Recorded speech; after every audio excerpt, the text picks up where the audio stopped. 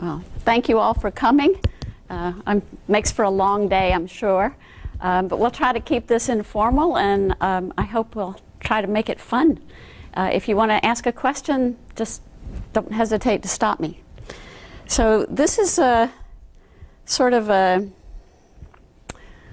this talk is going to be a bit of a wandering path, so I'll warn you ahead of time.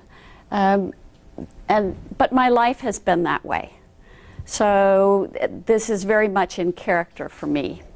I went to Oxford. I had not intended to, but the guy I wanted to marry won a Rhodes Scholarship, so I went more for true love than I did for an education. But I did come out with a doctorate as well.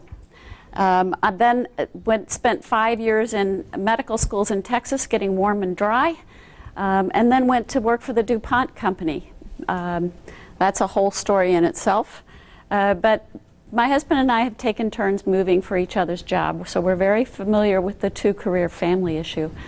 After 5 years in Wilmington, he wanted to come to DC, and so I took a job at the Naval Research Lab because it was the weirdest place I had ever seen. I had been doing clinical and cellular immunology, and I could see that the real breakthroughs in the world were happening at the molecular level. And they were starting up a group to look at self-assembly of biomolecules, which was a really strange idea in those days. And I thought, oh, let's do Tinker Toys again. And that's why I went to the Naval Research Lab, and it turned out to be a great 28 years. Almost as much fun as here, but not quite. So these are when I was at the Naval Research Lab, I took up engineering. My training had been in biochemistry and immunology. But I learned I like to make things, and one of the reasons I went there was I was tired of just publishing papers. I wanted to put something in the hands of users to solve their problems. And the Naval Research Lab gave me a chance to do that. It's a soft money organization, so if you go out and get a grant, they'll let you do anything you can bring in money to do.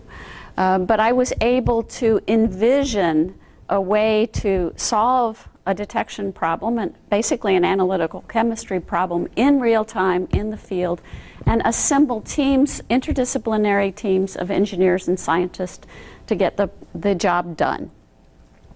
So I'll talk a little bit more about the technology behind these particular sensors.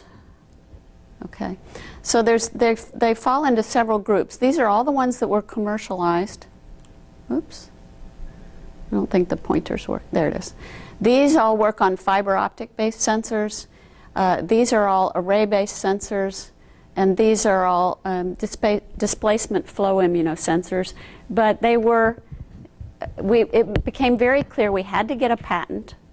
As a member of the federal government, I was not allowed to start a company. So I had to license it to a company that would produce it for whatever the application was.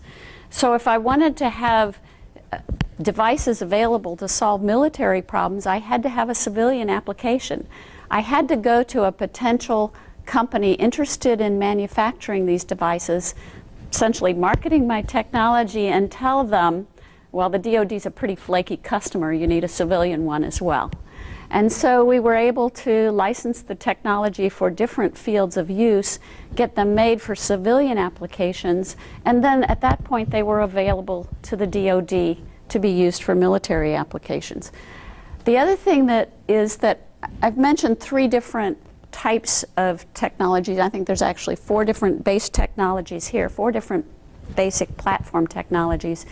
In every case, we demonstrated the application to solve a particular problem, whether it was detecting pollutants in the groundwater and soil, or toxins or bacteria in the food, whatever it was. We would take that technology to the point where we could demonstrate it was effective under conditions that the user would operate. So think of a food plant. Those are not highly skilled people doing the food, yet they had to be able to use our sensor. If we wanted the sensor to be used by the Marines, like this one here, we had to make it so that the next Marine that came to me and said, "There's no instrument so tough I can't break it," it would still work for him. So we spent a lot of time talking to customers. So how do you get something that's that is patentable in the first place? That tends to be a very difficult question. And in many cases, we agonized for literally years over whether or not something was really patentable. And I'll go into the questions we asked. But each of these technologies had a different problem. So in the technology for which I just got inducted into National Inventors Hall of Fame was really a chemistry problem. In the late 80s, people were trying to make biosensors by putting biomolecules down with glutaraldehyde. So imagine taking glue and just slathering it all over your molecule. Every place you could attach it, you did. Well, how is the molecule supposed to work? It can't lift an arm or a leg. It can't grab its target. So that was the first problem that I had to solve. And that turned out to be a very critical element that has made a difference in optical sensors ever since. Many people have found other ways to do it, but it's the same basic philosophy. Modify the surface with something to which you can use a very well understood construct to attach your biomolecule. And you can control the number of attachment sites of that molecule. So it still has freedom to move around in the solution and catch its target. So that turned out to be absolutely critical in making all of these sensors work. Then we started working, the first system we started working on from a hardware point of view was based on fiber optics. At that time, lasers were this big. They weighed 150 pounds. Whoops. And, but our idea was that we'd put the laser in the middle of the ship and hang the fibers out the portholes. And we'd go through the channel or whatever and see if we could detect a biological or chemical warfare agent. Fortunately for us, the technologies got better and better thanks to the communications industry. We now have lasers that are this size, right, that you can hold in your hand, and everything has become miniaturized. So we could actually miniaturize and automate the systems that we started working on in the 80s. And they do have one disadvantage. When we first started taking these fiber optic sensors into the field, if you put them in your tent, it would keep you warm at night. These don't do that anymore. But they are a lot easier to carry around. I actually got up at a meeting and was talking about this work in front of 150 people. And I had somebody stand up and say to me, "Fran, what you are trying to do flies against the laws of physics. You might as well go home." So I figured, oh, I must be doing something really exciting. And fortunately, I don't know enough physics, and it works. So we solved that problem, and that comment was what made me realize we actually did have something patentable, because it was not obvious. So that can be a good thing. When people tell you you're foolish, maybe it's a good thing. There's also, these are interesting as well. In fiber optic sensors, we could do one target per fiber. We wanted to do many targets simultaneously, so we developed planar waveguides where we could put lots of spots and light up them all, any one where a target was present, and we could tell from the geometry of the spot that lit up what was there. But the problem was when we went to automate that entire system, putting a fluid chamber so we could put flow sample and detection reagents through it, that chamber stripped all the light off the waveguide, and we got terrible results. So the key to making this whole system actually operationable was simply putting a reflective cladding every place that the chamber touched our waveguide. That solved the problem, and that was the key IP that allowed us to commercialize the system. It had nothing to do with the detection event. It had nothing to do with the basic way of detecting, but it had everything to do with putting the system together and making it work. So you have to be very aware, if you put a system like this together, your IP might not be where you expect it. It might be, a trick to making the whole system work. And finally, I'm just going to talk lastly about the displacement flow sensors. Okay, I was trained in immunology. In 1986, there was a Pan Am jet that got shot down or exploded over India. The FAA came to my lab and said, isn't there some way you can use biosensors to detect explosives on airplanes? We need a new way of doing things. So I thought, well, let's try something. It was clear it had to be a system where you could put sample after sample after sample in all day long and interrogate it with the operator not doing anything. That's a pretty tough constraint. But I came up with a suggestion of a way to do it, which we called the displacement assay. The idea was if you have an antibody on a solid support and you fill all the combining sites with a labeled version of what you want to detect, you put it in a flow stream, and then you put sample after sample after sample. Maybe if the target was present, it would displace the label, and you could detect it downstream with a little photodiode and very simple optical system. The problem is it shouldn't work, but it did. So it shouldn't work based on everything I knew about antibody kinetics, because if the binding was so tight that it didn't wash off within 20 minutes, it should never come off. But we could do this over and over again for 4 days. Well, it took us about 7 theoretical papers and 3 different variations of the system. We finally figured it out, and it had a lot to do with the flow field and the no-slip zone at the surface. I won't go through all why it works, but it took us eventually, we figured it out. We fortunately did not wait to file the patents until we figured it out. We figured it out later.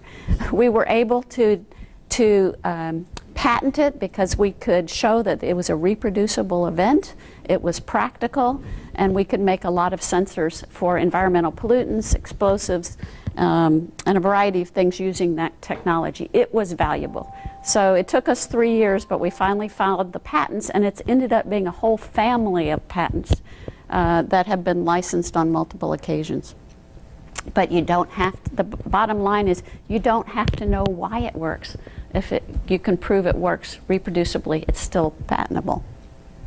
So, how do you assess the value of a patent?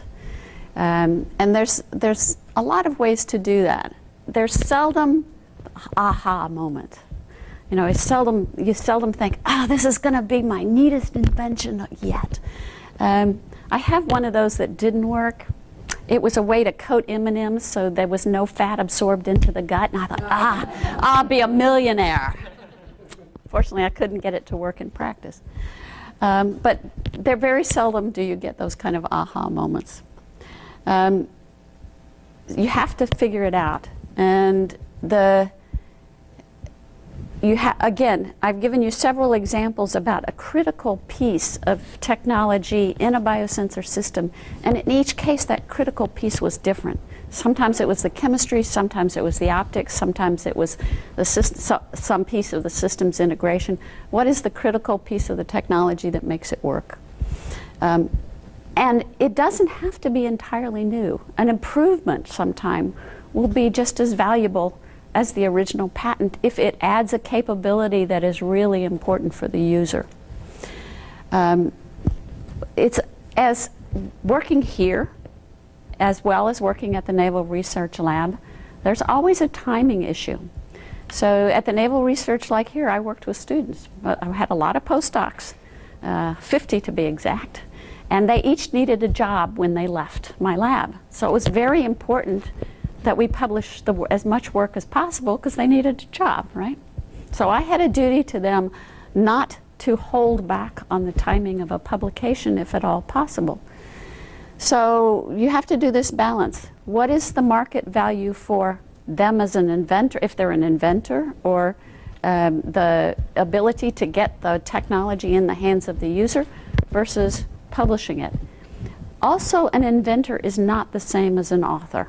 How many people in this room really appreciate the difference between an inventor and an author? I know you do. There's a few. Okay, you do not get, you can work your butt off on something that's an invention and not be an inventor. The inventors are the people that made critical contributions to the concept as it is reflected in the claims of that invention. If you put somebody's name on a patent who can't justify their role in substantiating one of the claims, you can invalidate that entire patent, and it's totally worthless. So nobody should ever be put on a patent as an inventor as a thank you. If you may have done every single experiment relevant to that patent, but if you're not responsible for the intellectual contributions that define the patents, you shouldn't be on there. I have taken my name off patents before because I thought it was valuable technology, but I didn't make a contribution to the patent. So the other thing I always tell people is that if you only have one idea that you think is patentable, I'm sorry for you. Because if you're thinking in those directions, you're going to have a lot of them, and that won't be your last. So don't get all bent out of shape if you lose one. There's other fish in the pond, okay? There's plenty of opportunity. The organizational perspectives are also extremely important. So if you're in a company, quite often they're going to file everything they possibly can because they want a family of patents around an IP that they think might be commercially viable. And if they're not going to commercialize it, often they'll off-license it to somebody else.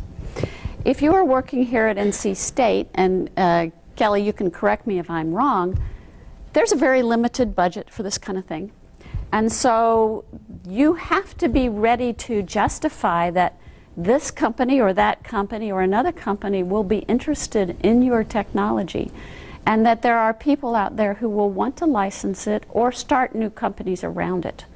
If you cannot identify a potential market for your technology, you should probably just go ahead and patent it. I mean, just go ahead and publish it. Okay? So the trade-offs are a little different in an academic institution or a government institution and a company.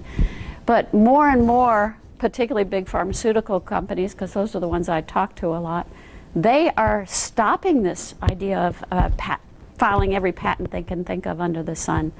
They are spending more and more time just cross-licensing or publishing so that somebody else can't patent it, but then keeping the trade secret part of it, the know-how in-house, and not worrying about whether it's patented or not. Just having defensive publications and keeping the know-how in-house, basically.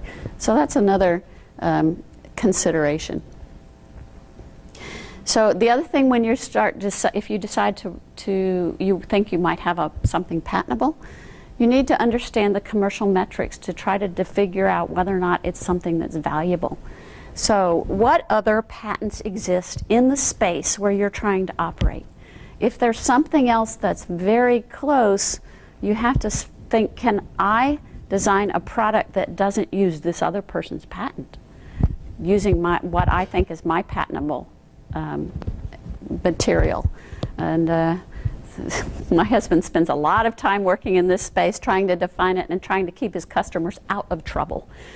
So the way you write up the invention and the claims, even with the same idea, can make the day or night difference in whether or not get around other IP in the area and have the freedom to operate. And if you don't have those skills, you need to talk to somebody who does as you write up the patent. The other thing is, if you're working with a patent attorney who's trying to write your patent, you want to be very forthcoming in everything you know that exists in that same technology space to make sure, because a clever attorney can often find good ways around the other existing IP. And then you need to market your technology. How do you market it? And the time to market is a big deal. The most recent patent that I've filed through NC State with Glenn Walker, we're having trouble marketing because it's a platform technology. all of the ones I showed you in the beginning are also platform technologies, but we marketed each one after a specific demonstration of an application that people wanted. So Glenn and I are still kind of lurching around trying to find what's the killer app for this new technology so that we have a company that wants to invest in it, who can see the return in a short period of time. So that's really important. Platform technologies may be extremely valuable, but if you have not demonstrated the application, they're also extremely hard to market. It's hard to tell to define customer priorities if you don't know who the customer is. Okay. So one of the things that Kelly and I have been talking about a lot is, why don't we see more women on patents? And I have a theory, and my theory is that sometimes women get scared away because they're worried about the work-life balance. And they get fed this line that if you have intellectual property, you've got to start a company. And if you've got to start a company, you have to spend 60 hours a week on it. And you can't have a life, and your spouse has to take care of the children. And yeah, you'll make yourselves rich eventually, but you have to give up your life now. I don't buy it. But I think there are options. The other thing Kelly has told me is 85% is the right number of the patents here at State are licensed, and only 15% go into startups. So licensing is a very, very valid alternative to get your product into the hands of users. And so I've tried to write down some of the pros and cons of licensing versus the personal startup, being involved yourself in a startup. For me, it was really nice to be able to advertise my technology to the world and try to find the company that could best make the device and bring it to market. So I felt I could look for a variety of different skill sets based on what the technology was.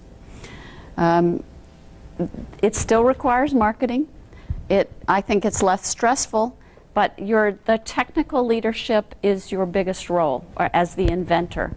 You've got to find the right company that has the right capability to actually make the device and provide any kind of technical, fill the gaps for them in terms of technology. Make sure they're not going to screw up your technology, that they really understand it, that you transfer the know-how as well as the license. So it's very much a technical duty. The disadvantages, it's like having your kids grow up and you get them through high school and they go off to college and onto their own lives. You have no control anymore and very little input. They go where they want to go, right? They do what they want to do. And the same is true with the technology. So if it's licensed to a company that's very competent, things will go well, but other things can happen.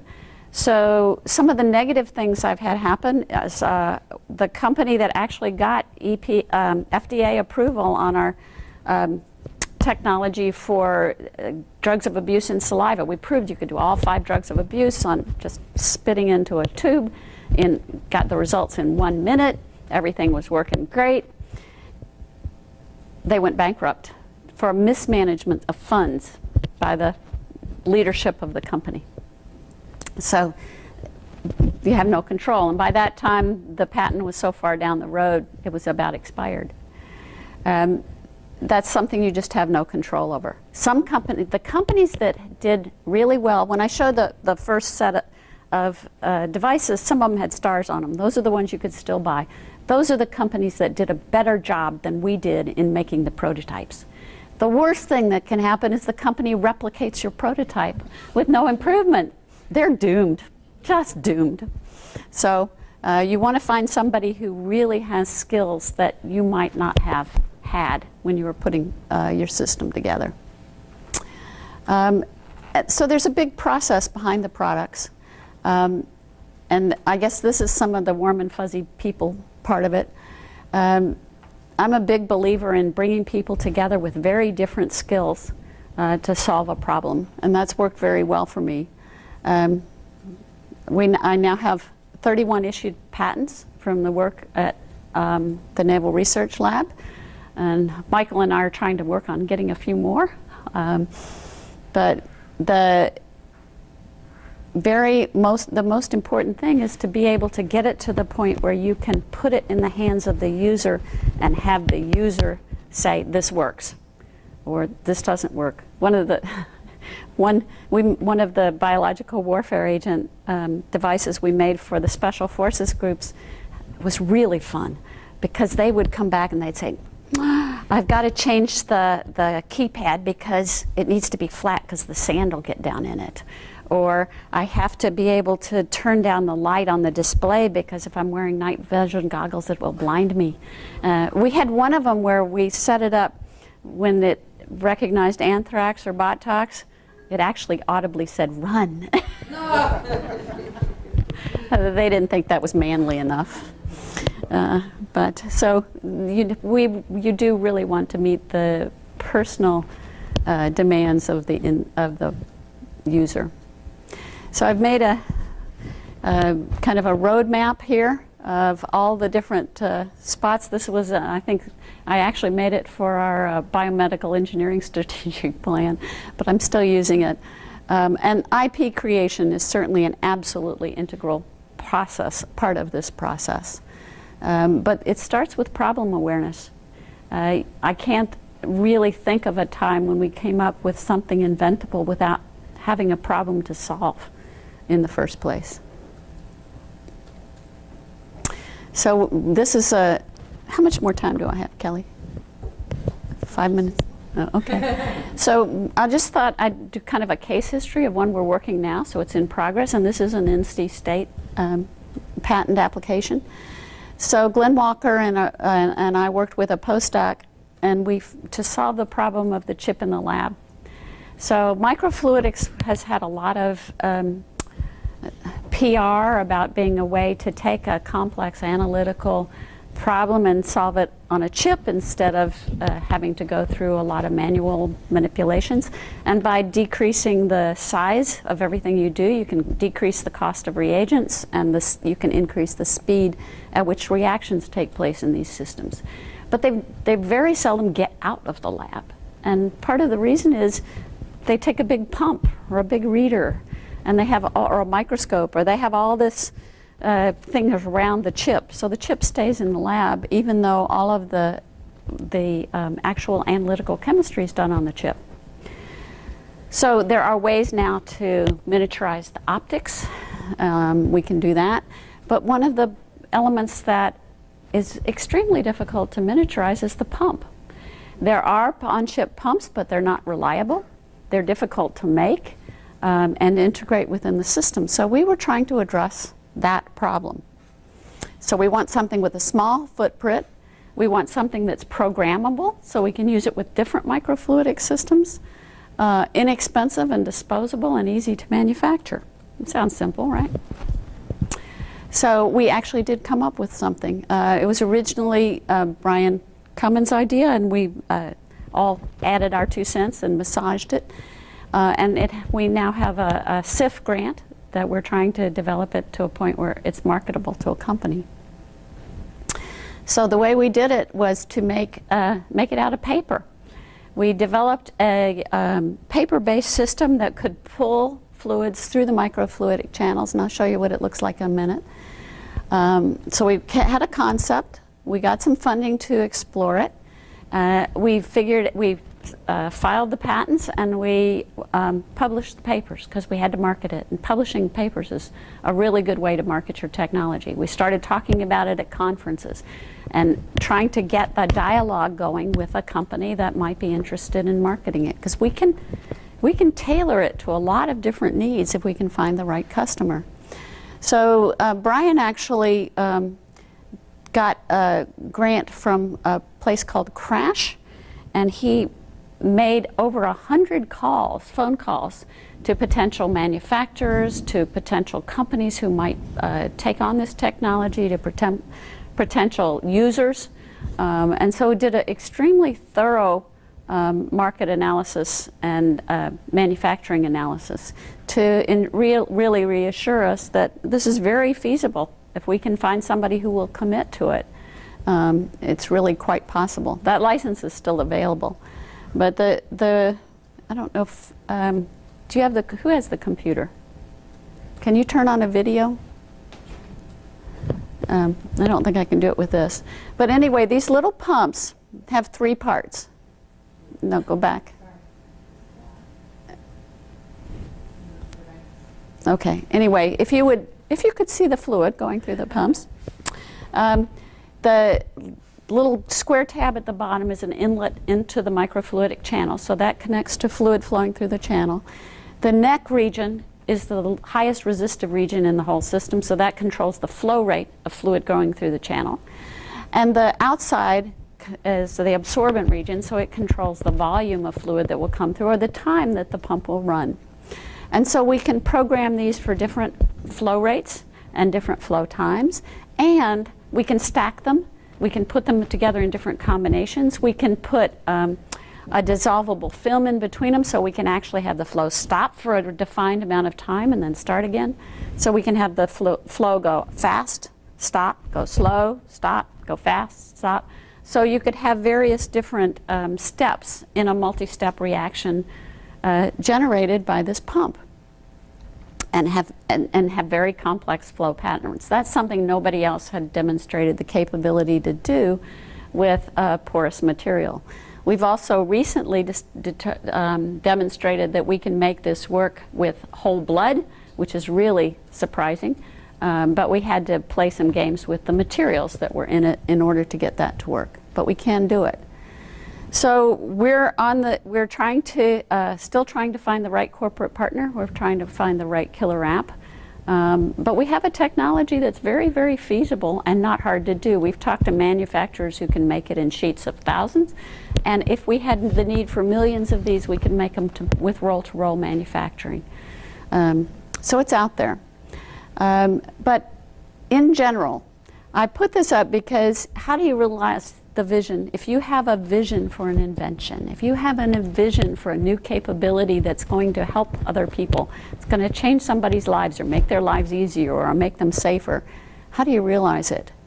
I put this up because this is Frances Arnold. She was the second bioengineering person inducted into the bioengineering section of the NAA and has been my friend since she was an assistant professor. I was the third one and the second Frances. But I always thought that was kind of interesting. So I don't know if you can say it. What her quote is, most innovations are not obvious to other people at the time. You have to believe in yourself. If you've got a good idea, follow it even when others say it's not. Okay, so obviously that has happened to me at least 3 different times when people said, that's impossible, Fran. And we kept at it and we believed we could make it work. On the other hand, I don't believe any idea was created good, and I don't believe I would have made any of those other ideas work if it hadn't been with the input from my teammates. So we got together, we massage it, we beat it to death, make it into a workable idea. That point, you really have something that's intellectual property that is important. But it all works toward that vision that you've established at the very beginning in terms of what you want to achieve with this technology. Know the problem. Also, find people that are smarter than yourself to work with. I think that's my biggest talent in life, if you really want to know. I love working with smart people who know things I don't know. And I was talking to somebody the other day, and I said one of the hardest things I had to do as a scientist as I matured was learn how to have people do something I didn't know how to do. So it's very hard to give up that kind of it's control, if you will, I guess, and bring in somebody who knows something you don't do. You need to define what needs to be done, but then give them the ability and the independence to solve the problem with their know-how. I have come to the conclusion that what is probably the most important as a technology or scientific leader is knowing how to determine who to trust for what. Nobody's good at everything. You can't believe everything anybody says, but you have to know what to believe from what everybody says, okay, or everybody on your team anyway. So know how to play to everybody's strengths and depend on their strengths and give them the independence to do what they really can do well. And repeat the vision. This is where we're going. This is where we're going. Not that way. This is where we're going. This is what needs to be done. And proceed with the goal from input, with input from all. And so, and enjoy the process. And thank you, and I'll be happy to answer any questions.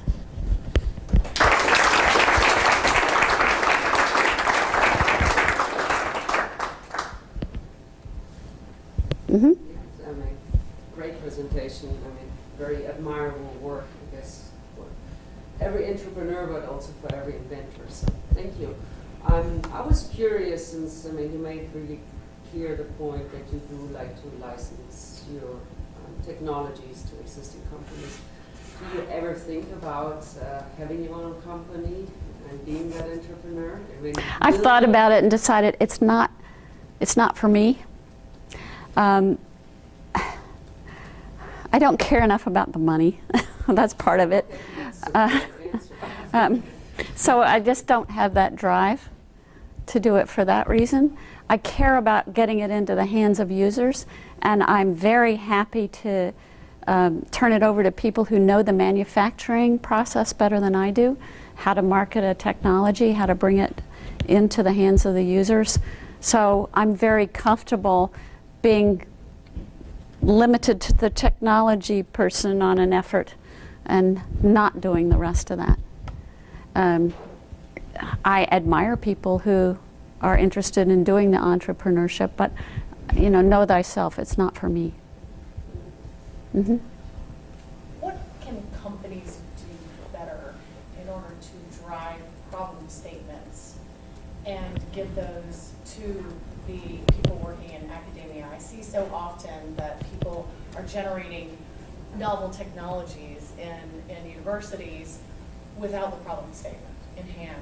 What can companies The hammer looking for the nail. It is. Technology's looking for a market. That's what this is. How do we as entrepreneurs give the problem statements in a free-flowing way to the universities? Excuse me. I think the number one thing is to define the capability that you are looking for. So not how to solve the problem, but the capability you want to have.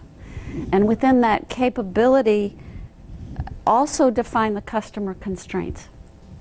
Okay, so it has to do X. You don't care how it works. It has to do X. It has to fit in your hand and cost $10. So, and have an audible signal. So if somebody can't, because it's going to be used by blind people. Really, if you can define it in those ways, not in terms of it should use this technology or that technology, I think that's the best way. So define the capability and the market constraints. And then if you get a potential partner in a university who's really interested, then talk with them about how long it might take to get there, and can they give you a demonstration that's realistic, or put it in the hands of a user to get a realistic demonstration. In this idea, working in the field of biosensors, and also as an editor of the journal Analytical Chemistry, I see so many systems that work in nice clean buffer, but the minute you put it in mud, blood, and guts, it's down the tubes. And that's where it needs to be used, right? So these things have to work in the real world. So if you can define the conditions of use and the capability that's needed, I think that's a really good starting point. Mm-hmm. Dr. Ligler, I'm still intrigued the conversation around licensing versus startup. You're an entrepreneur. Sorry? You're an entrepreneur. I'm on the investor side. Yeah. Okay. So we are interested in the money. We are looking for those opportunities. Oh, you want people like me to work with you? We want you to be very smart at what you do, exactly. But a lot of the life science sectors, in particular therapeutics, over the last 15, 20 years have moved away from building in-house discovery. These large companies have learned they're Yeah. not very good at the discovery. Right. What they're very good at is the large amounts of money and effort for clinical trials and marketing. So I'm curious, and med device is a little bit different, but in particular, Yeah. we're talking about a platform technology. Some of these companies aren't very good at turning that into something commercial. Once Yeah. it's an end product, they're the best at taking it large scale. So I'm curious a little bit more of your thoughts on Well, I the think- life science space. I think it's interesting looking at what goes on at the technology transfer office here versus at UNC, where a lot of the technology comes out of the medical school. And I think they really, really push startups because the products aren't ready for prime time. And the exit strategy is a startup gets bought by a big company. But that startup gets the product to the point where a company will invest. They're ready to do the phase 2 trials and all of that. Yeah. So I think that's it's a tremendous amount of work for the people doing the company, and they may or may not get anything out of it, but they're taking that risk. I think it's a fact. That's the way things are being done right now. I don't think it's good or bad. It's just the way it is. I do think those small entrepreneurial units can work much faster than big companies with an in-house group. And so from a financial and time constraint and a patient advocacy group, it goes faster. The problem comes when these, they're bootstrapping it quite often, these small companies. And they may not have all the expertise they need to really succeed. So, universities try to fill that gap, but I don't know that they always do that good a job. And I don't know to what extent the big companies put fingers down into those groups to try to keep them from making mistakes. I would not guess it's very much. They're becoming more active, more corporate investment in taking unique positions, going through funds, and building them. Yeah, I've seen a lot of companies start a sort of an entrepreneurship fund where they invest and give some know-how to small companies. And I think maybe from the bottom, we should encourage small entrepreneurs from the university to take advantage of those kinds of things. Question here.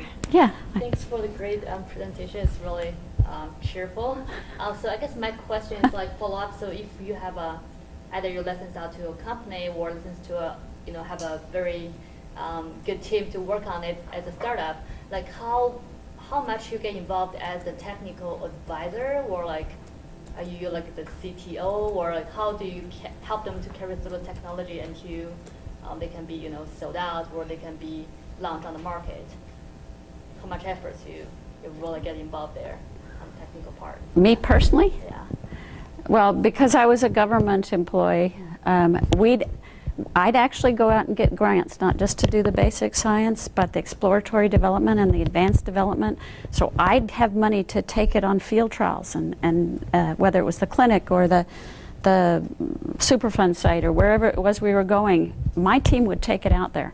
And if we were going to something that had to get approval with EPA or FDA, we were working directly with those people, even in those demonstration stages. Even with the FBI if necessary, whoever. So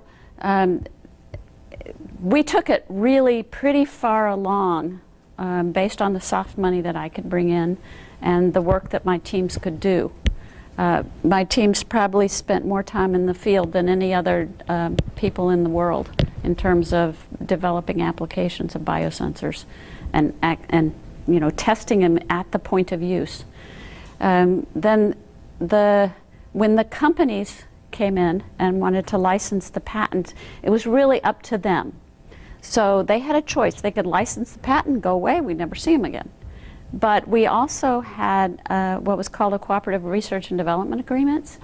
So we'd set up a very specific statement of work that gave, the company would pay for it, pay for our time, or they could send somebody into our lab and we'd pay for the overhead on that cost. But we'd have a very specific statement of work that would assure that we transferred the know-how that might not be ever written down, you know, all the little diddly things you don't think about, to make sure that company would succeed at bringing a product to market. And quite often they would come to us and say, we're having problems with X, and we'd help them work out what the problems were. Cost, right? Yeah, I mean, they have to pay for our time because we couldn't work for free. And believe it, the Navy doesn't pay its scientists. We're self-employed. So, you know, we had to survive, right? But we basically did it at cost, and they never had to pay my retirement, right? So we're pretty good value. But basically, you're willing to like help to improve technology until they say it's ready and they're happy, right? To the extent that they are willing to buy our services, we're absolutely happy to provide them, because we want that to succeed. We want them to succeed, and in many cases it's an ongoing relationship, and I'm able to do a lot more than just what they ask me to in terms of making connections and helping them network and find customers and find opportunities and get, you know, opportunities to talk at public meetings so people know about what they're doing. So I do those things too, but that's kind of outside the written, because I want them to succeed. One of the devices that's still produced was a version of our array sensor where the company actually initially licensed our patents but then stopped because they did it better and didn't need our patents. And so they did such a great job. They have a little tiny device that is handheld, can run on batteries, and has optics much like in a cell phone camera. And they have a $10 diagnostic for AIDS, hepatitis, and syphilis that they've run samples on for 2,700 new mothers in Kenya, and to give them the appropriate therapy. It's different if you have co-infections versus single infections. So it's saved a lot of mothers' lives, but they don't need us anymore. We're still talking to them on an ongoing basis because I'm so excited about what they're doing, and we're still having some collaboration. We're trying to get them to use our pumps to up their sensitivity. But you know, it's just a good, honest, straightforward relationship of mutual respect. So those things evolve as well. Vina? I was interested in the comment you made about platform technologies are great, but you really need to demonstrate a particular application to Mm-hmm. get licensable. So what would you recommend in your experience is a good process to follow to find that compelling application? And in a university setting, how do you find the resources to go from the platform technology and then customize it to something that's very much of interest to particular? Okay, so let me pretend I was in Assist. Okay, so you have a variety of different platform technologies that you've developed. You might look at what grants are coming out to solve what clinical problems and see where there's a match, and adapt your technology for emphysema or whatever it is based on the criteria that are in that grant proposal or the RFP for the grant, and demonstrate that you can do it with patients with that problem. And then market it to a company that makes therapeutics for those patients. Diagnostics are often useless unless they're matched with the therapeutics. So if you have a company that's making the therapeutics, they might be particularly interested in diagnostics. And then, as Kelly can tell you, you can license it for that field of use. And then you can take an entirely different disease and go to a company that's making therapeutics for that disease and measure it for continuing diagnostic for that disease on an entirely separate license. So that would be an example of how you would do it. It's very hard to get any grant funding for developing a platform, but if you can show you can use your platform to solve a problem. Mm-hmm.